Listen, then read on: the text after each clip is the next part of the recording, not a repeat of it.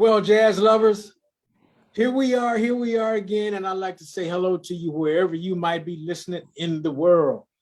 And thank you again for joining us. You're listening to Speaking of Jazz with me, Manny Kellough, and I'm your host, and I'm coming your way every week on all of your podcast platforms. Today, I have a fantastic trio, and this is the first time I've been able to interview them all at one time. I am interviewing today the fantastic 3D Jazz Trio, and I am going to get out of the way and dive right into it and welcome our guests. Please welcome and say hello to the 3D Jazz Trio. I got Amy, Sherry, and Jackie. Hi, ladies. Hello. Hi, Manny. How you guys doing? Good. How are Great. you? Excellent. I'm doing just fantastic, and I'm so honored that you guys set aside some time to sit and laugh and talk and have a little fun for the next 35 minutes or so. You all right with that? Oh, yeah. Definitely. All right. Well, I have listened to some of the things that you've played, and I just get elated and make me smile every time I look at you. And Hey. Sherry, I saw you. I love doing brushes, and you make me want to take my brushes and throw them in the ocean. So, Well, you can use them as flippers. Yes. Gives you a little extra buoyancy. You'll make me want to do that. I'm going to dive right in, and I want to find out some particulars. Where are you guys from, and how did the group get started? Go ahead, it's your show. Sherry. Whoever wants to talk first. Sherry. Okay. Well, since I'm the oldest. Well, I was born in the great city of Buffalo, New York. I grew up in a town called Endicott, New York. It's in the middle of New York State. In the mid-'80s, I moved to New York City. And then a few years ago, moved to the Philadelphia area, and always wanted to be a drummer my whole life since I saw Buddy Rich when I was 11 years old. Okay. And I did not know that one of the greatest gigs of my life would be with Amy Shook and Jackie Warren until it happened. Yeah. I met Amy at least 10 or 12 years ago, maybe more. And we played one song together at Jeff Antoniak's jazz camp, I think. Yeah. And we played a couple notes together, she and I, and looked at each other and had googly love eyes because of the way we felt the beat. And then we didn't play together for years and years. And then we were together in a great show with wonderful Mr. Maurice Hines in his autobiographical theater production called Tapping Through Life. Yes. Started at Arena Stage in Washington. And then Amy and I both traveled with the show quite a bit. Really? We headed to Cleveland, and we needed a pianist, and the whole universe said, you have to call Jackie Warren. And called Jackie Warren, and we started playing together, and it was just like, we had been doing it for many, many lifetimes over. Just felt fantastic. Jackie. Now let's. I'm going to skip Amy for right now and bring her in already later on. Jackie, talk to me. How did you get started, and where are you from? I'm from Colorado, actually, way out in the middle of nowhere, Manny. I mean, it's like about 45 miles east of Colorado Springs, out on the plains. We're talking country music, kids graduating in their cowboy hats and very, stoplights in the town and all that. No jazz. No jazz. However, my parents both played piano, and so I learned from them. My mom was actually my first formal teacher. God bless her. She had a lot of patience. But all my brothers and sisters play as well. So grew up playing and watching them, and got lucky. A friend of mine, and actually my best friend in the town, was taking lessons from a professional teacher in Colorado Springs, the big city. And so he was playing the blues one day, and I'm like, well, I want to do that. So I kind of got into that. And then once I lined up with that teacher, which my mom drove me to every week, every Monday we had a lesson. That's the particular teacher who played me my first Oscar Peterson record. And then I was hooked. I was like, it's all over. Yeah.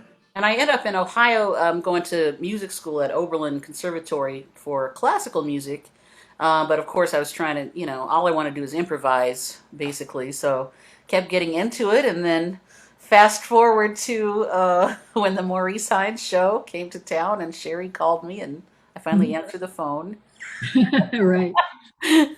Played hard to get, that's for sure.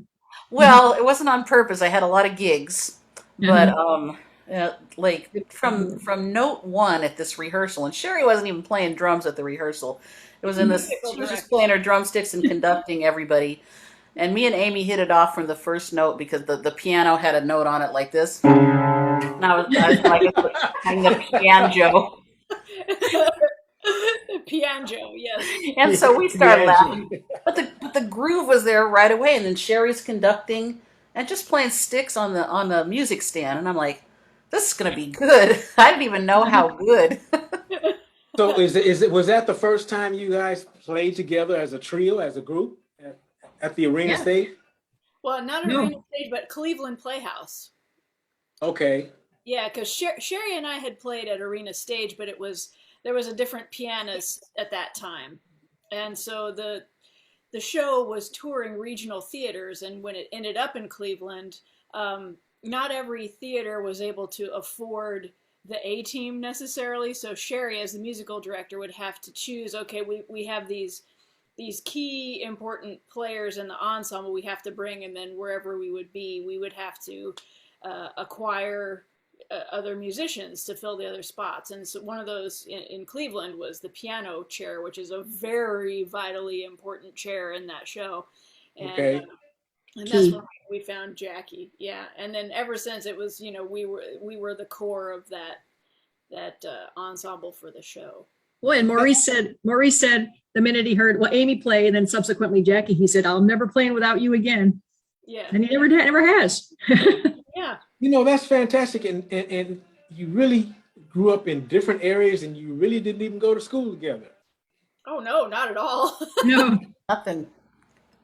That's amazing. That's amazing. Well, let's who are some of the artists that you have worked with or working with right now? I mean, whoever wants to jump in and start, and just let's talk about that for a while. How about you, Miss Brushes? Well, I just finished a large project with my big band called the Diva Jazz Orchestra. There was actually a smaller version of that Jackie and Amy play with. We did a big Broadway CD, timely with the Tony Awards and all. That was a very time consuming. But right now I'm focusing my attention quite a bit on some teaching I'm doing, and some video content for a couple of different companies. And most excitingly, concentrating on the new 3D Jazz Trio CD that we're about to do next month. Right after we have the Rochester Jazz Festival in a couple weeks. Yeah. And some teaching together as a trio. Then we're going to go straight into the studio and do our overdue next CD. Yes. Well, we're going to get down to stuff that you got coming up in just a minute. I'm glad you gave me a heads up on that. So that's a question that's a question that I will not miss. How about you, Jackie? Who are some of the artists that you have worked with and are working with now, other than the 3D Fabulous Jazz Trio? Well, of course, I try to make the 3D trio a priority. But one of the things that I do is I play in a salsa band, and it's that's hard. It is the other best thing that I do in my life. My mission is to salsify the world. The guy who's running it is my friend Sammy De Leon, and he's a fabulous percussionist. And he's actually sat in with a 3D Jazz Trio. And so what we do, we normally back up different artists from Puerto Rico who come. The same type of thing happens where you can't afford to bring a whole band in. So we're the band. Our band is the one that's hired to back up. Probably one of the most fun people was Tony Vega, Ray de la Paz. I don't know if you know any of these singers, but they're all like, super famous Puerto Rican singers. And we get together and rehearse. Ismael Miranda, all of the greats, and it's so much fun to do. And an extension of that is, I guess I'm the director of this. I guess our music camp is going on now. It's the I am. Own it.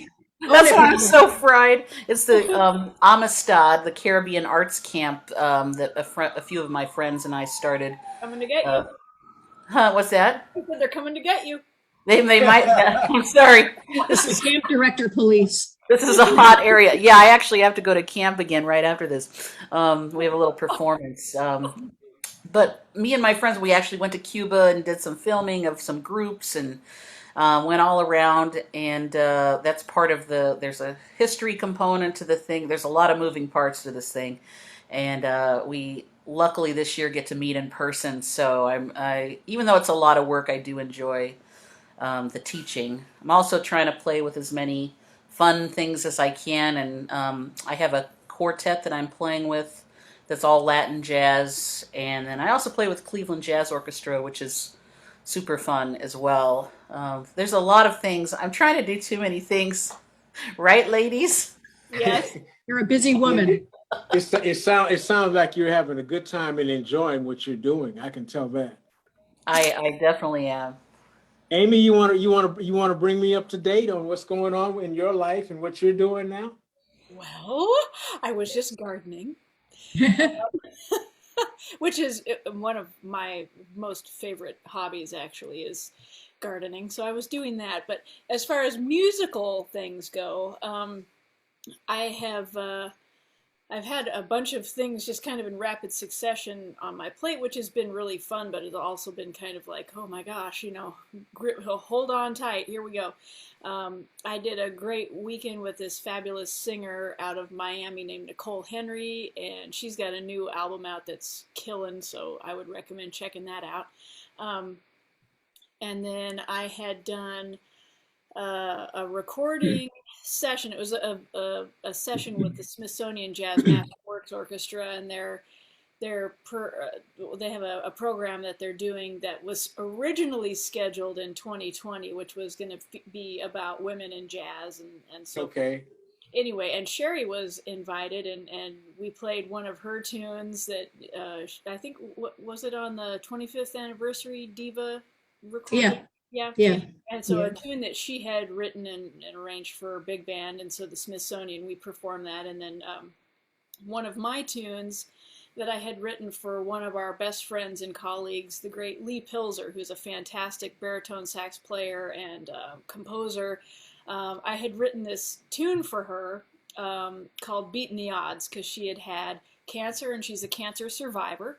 Okay, And wonderful. so she took Yeah. that tune, I know, right? She took Yeah, my yeah. tune and then arranged it. So we were able to perform and record that as part of this program.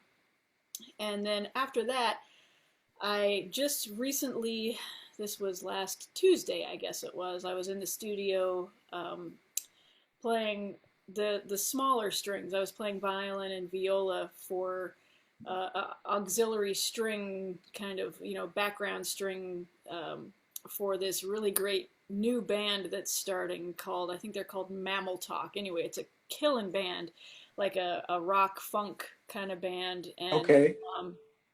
they had sent me a bunch of tracks because they wanted strings written for the tunes. Anyway, so I spent the weekend writing string parts and then went in and recorded them on their tracks on Tuesday of this last week. So that's kind of, to sum up, that's what's been happening. And then I was Fantastic. But what about you, Miss Sherry? Oh, well, besides, I forgot, I can't believe I didn't mention the Smithsonian thing. That was a pretty big honor. That's so fun to do that project. Yeah. Like I mentioned, we were collaborating, just beginning to collaborate about our new CD together. Yeah. And then I'm also working on a project with Divas going on the road with the Manhattan Transfer in the fall. Whoa. And in the spring of 2023 for their 50th anniversary. So working on some of the music for that. And that's not, a little bit in the future, but that's really exciting to work with a band like that. Fantastic. And lots of little things, lots of little stuff. Now, the next time that y'all are doing something, I'm going to start crying if I'm not invited. I'm just telling you like it is. You're invited always. You're always invited. Well, where are you, Manny? How can we come and get you? Can we come play at your house? Yeah. You know what? I got a baby grand here. I got a drum set here. I'm getting ready to buy an upright bass. And I'm getting ready to get a PA system. I live out in Woodbridge, Virginia. Okay. Let's do it. Yeah, I mean, I have fun all the time. You know, cats come over and we sit down and play and eat chicken wings, and potato salad, and stuff like that. That sounds good. That's what goes on out at my house. That sounds good.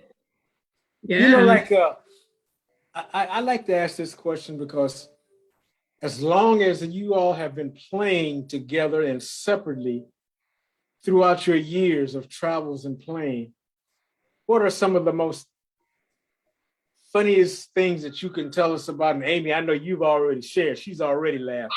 But I want to I want to know some of the funniest things that you guys can share with us as a group that you have done that you can tell. I know you can't tell everything, but I'm trying to filter it right now. I don't know. Who wants to start? All of mine are dirty. I have to think about it here. Let's see. I'm gonna tell you. The things that you can share with Yes. the guests, with our listeners. Well, are your listeners sensitive?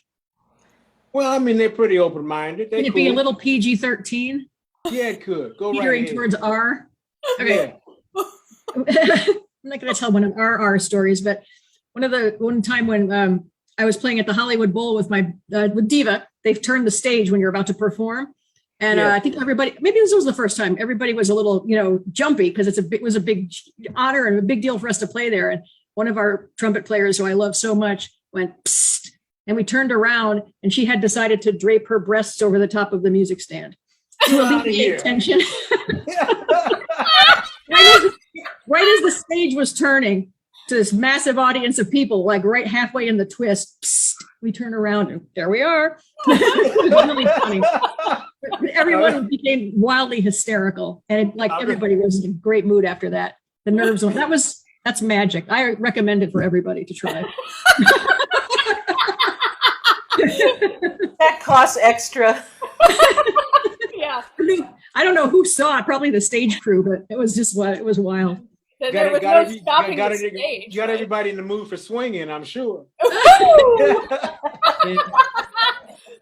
How about you, Jackie? Oh my gosh. I mean, mine go from like super R-rated to like nothing. I don't know. Let's see. Well, there was that time that my entire salsa folder blew into Lake Erie. Oh no! It was a really windy day, and we're playing. Of course, like sometimes the cats who arrange these charts think that the piano chart should have to be 80 pages, right? So up there with my clothespins, and I had all my. This was like a few years ago, before I realized you don't put all your music on the stand. What was this, like 20 years ago? Okay. So the wind came up, it picked up all my charts, and that's where they went. I was like, well, I guess I'm not going to be using music anymore. Oh well. Clothespins and all? I still have some of the clothespins, actually. They don't work.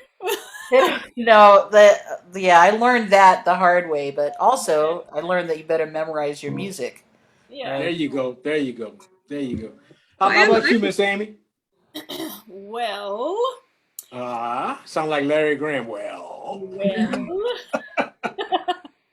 Well, there was one time, and Jackie, this was before you had joined the show, Maurice's show. It was when it was in D.C., and there were a pair of brother tap dancers that were tapping with the show, named the Manzari brothers, John and Leo, and they had this really fantastic segment towards, the middle end of the show where they had this big feature, and it was, I just love tap dancing. And the way the stage was set up, it was a beautiful setup, not necessarily the best setup for a band because, I was all the way up on the very top level next to the saxophones. Then Sherry was down another level down to my left, and then the piano was all the way down on the floor. So as far as rhythm section goes, we were pretty much as far apart as we could be, but it looked good from the audience. Anyway, so I don't know, what do you think, Sherry? Maybe at least 10 feet up was where my perch was. Oh, yeah. At least, probably, yeah. Maybe more, 12 feet anyway. Yeah. So 12 feet above, and directly below me was the grand piano, but feet below. Yeah. And so the guys, this this wasn't during, it was during previews. So it was a real performance of the show, but it wasn't like, the show had opened officially yet. But there was, full audience there doing the previews like they do. And I just loved what they did so much. I'm like, I'm going to video this with my phone. And the thing is, I'm kind of opposed to bringing a phone on the bandstand, generally speaking. And now I just don't, because I'm like, I'm never going to let this happen again. or I'll bring it and just have it to look at my, look at the clock to see if, for timing.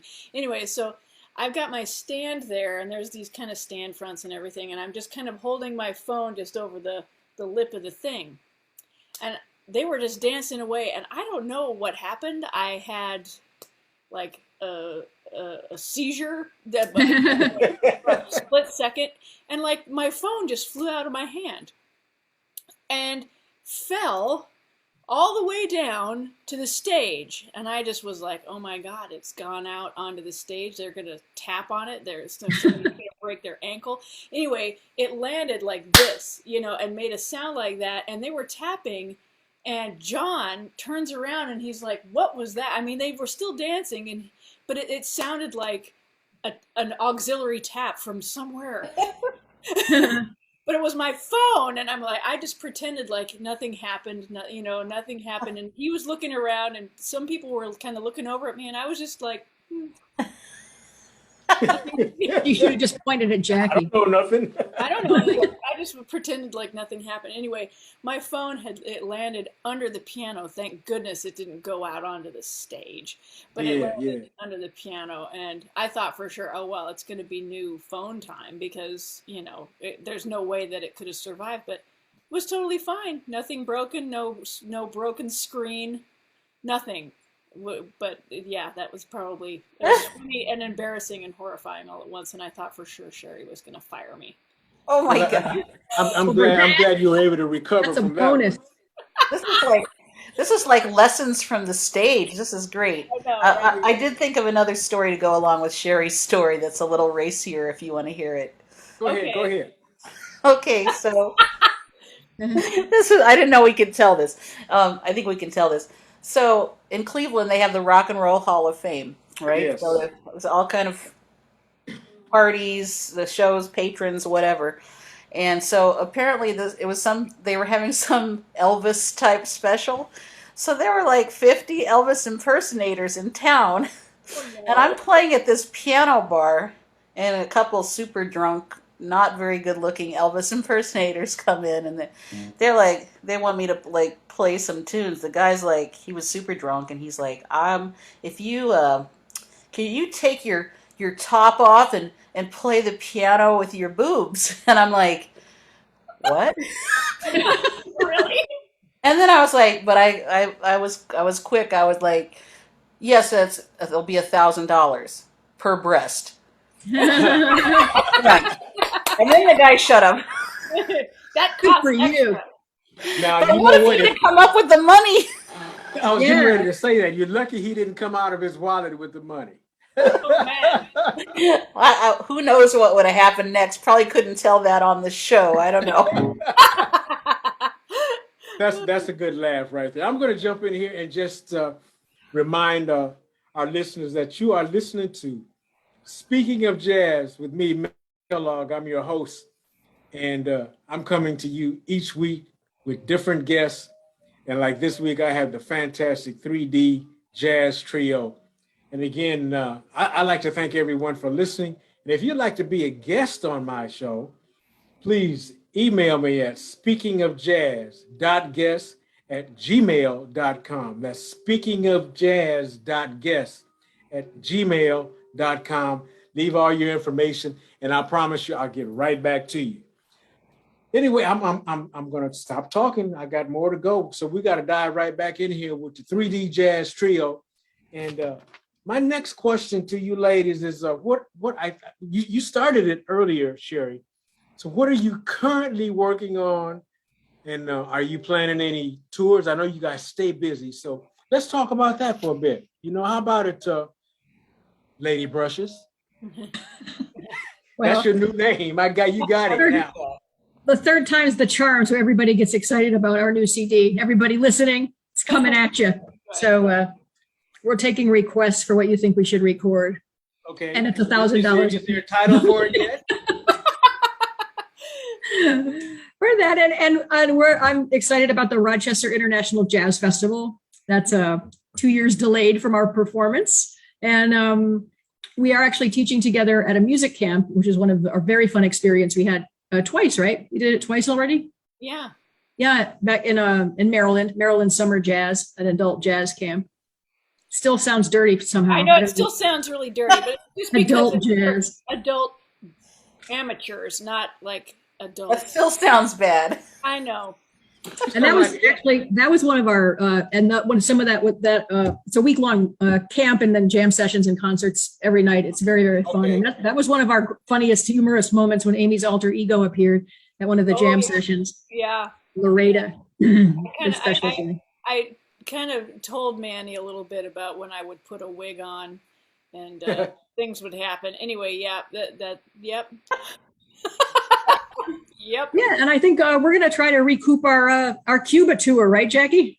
Yes, we have a permanent invite to the Guadapachanga Festival in Pinar del Rio, which we already had our plane tickets and everything for April of 2020. And then, of course, that everything is canceled. So Yeah.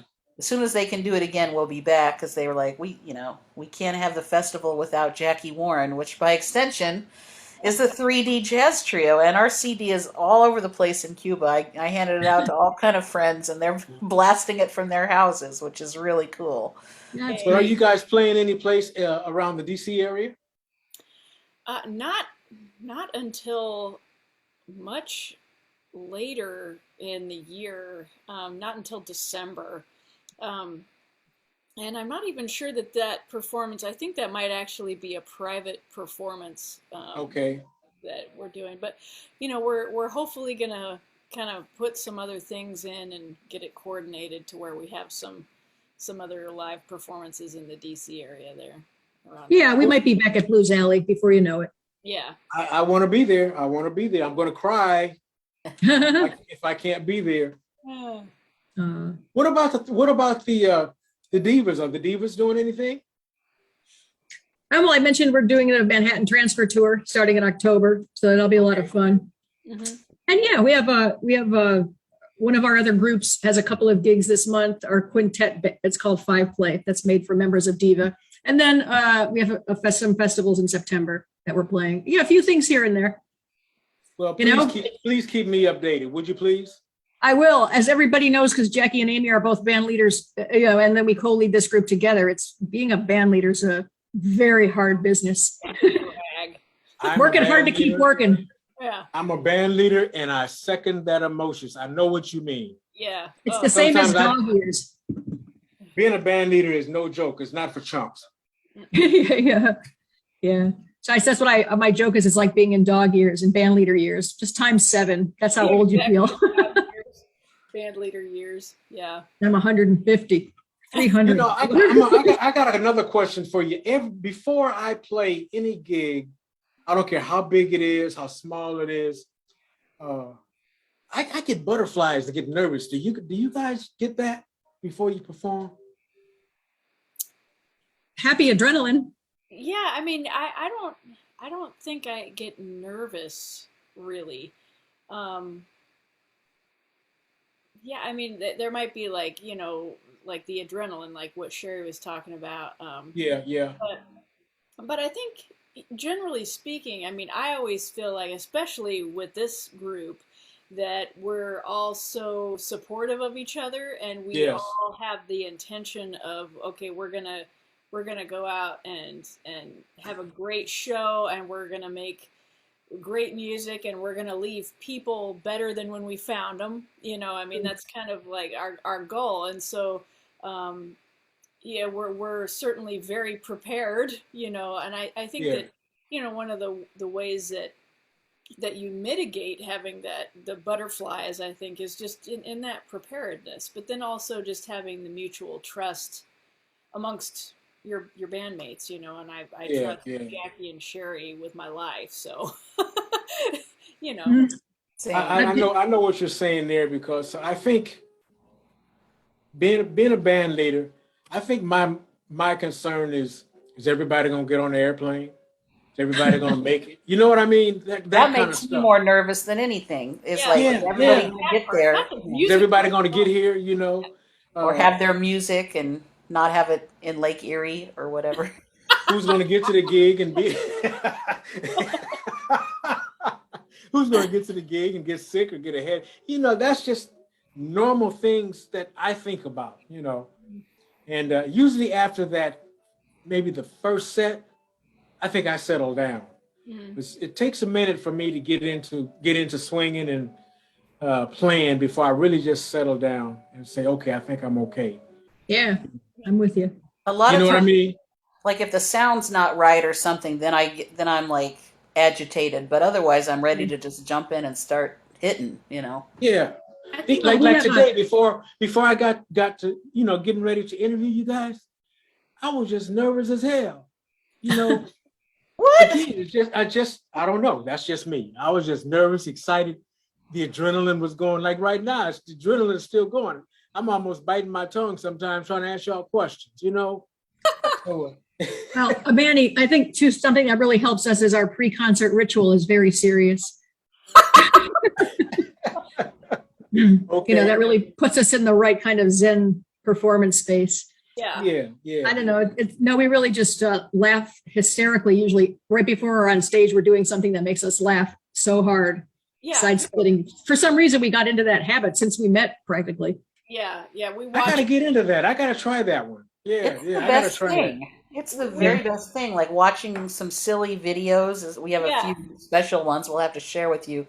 Yeah. But it takes your mind off of like any sort of jitter or whatever, and you realize you're there to have fun. You Yeah. know, you got to make the gig, do the performance, do a good job, but you're also just there to enjoy it. So That's right. Yeah, I can relate to that. But thank you. I gotta remember that one. See. I just learned something. And instead of try to going into it head first seriously, try to go into it laughing and thinking about having a good time. You Yeah. know. Well, I got this other question for you. I'm sure that you all are mentors and educators. What are some advice that you can give to up and coming musicians and writers, arrangers, players, and singers? Does anybody in the group sing? Can you elaborate? Can you talk about that for a minute, or just in Sure. general? How Right. about you, uh, Jackie? Start dive in. What advice can you give to up and comings? You better learn to sing a little bit because you might be singing backgrounds in the salsa band. At least you're gonna sing your Oye Como Va. Like I do not like to sing in the actual band, like because I have the range of about an octave, which is super poor. But like just teaching at the Caribbean camp, the kids they're all scared to sing. So if they don't see the teacher singing, you got to sing. So Yeah, yeah. I'm singing all my choros, and my Spanish isn't perfect, but I certainly try. So I would say that goes along with advice to give people is just don't be afraid to try your best and have a great attitude. Like I'm going to go out and make music and support the music and be true to my bandmates as well as uplift the music. That's the number one thing, and then everything else will follow. Fantastic. How about you, Sherry?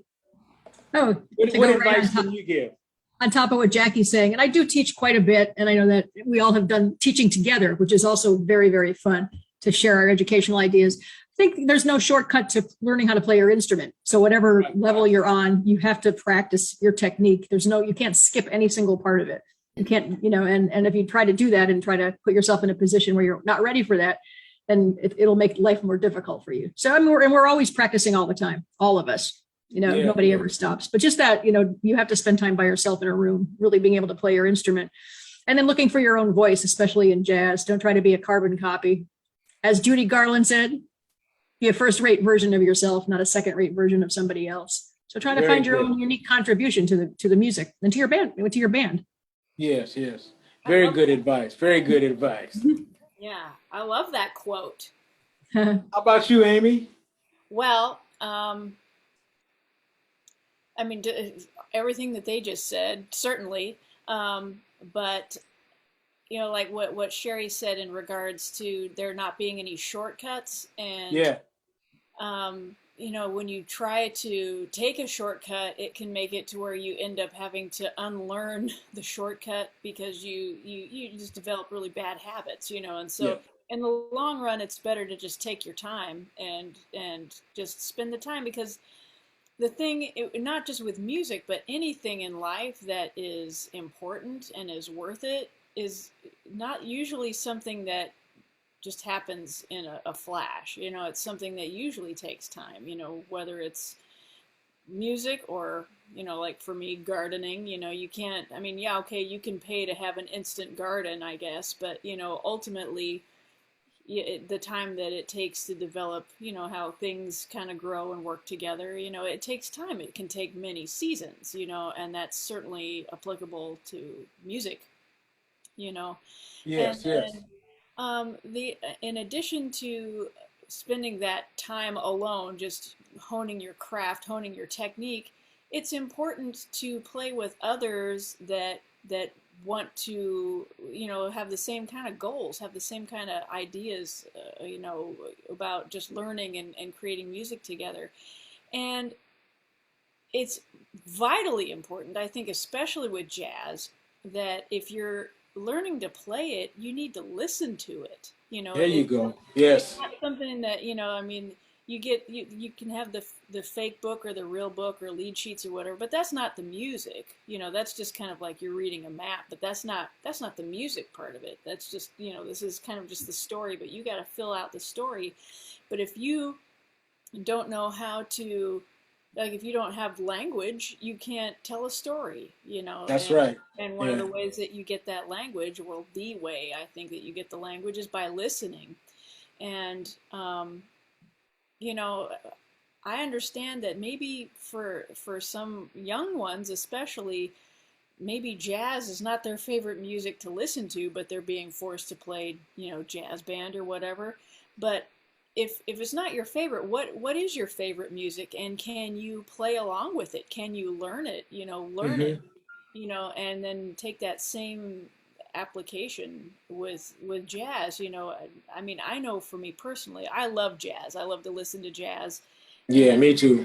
I spent so much time listening that when I was in a situation where, like a jam session, where someone calls a tune and I maybe had never played it before in my life, but I had heard it a bajillion times because I had listened to Miles Davis over and over, I knew how the song went, even though I'm, might not have ever played it. And it, was really great ear training because I had to figure it out in the moment, but still having that concept of the music by listening to it, and really Right. Yeah. do it not just to learn it, but because to enjoy it. Try to get some enjoyment from what you're trying to learn. Because if you don't like it, then why are you doing it? Right. Right. Right. I know just what you're saying. Yeah. And I love to listen.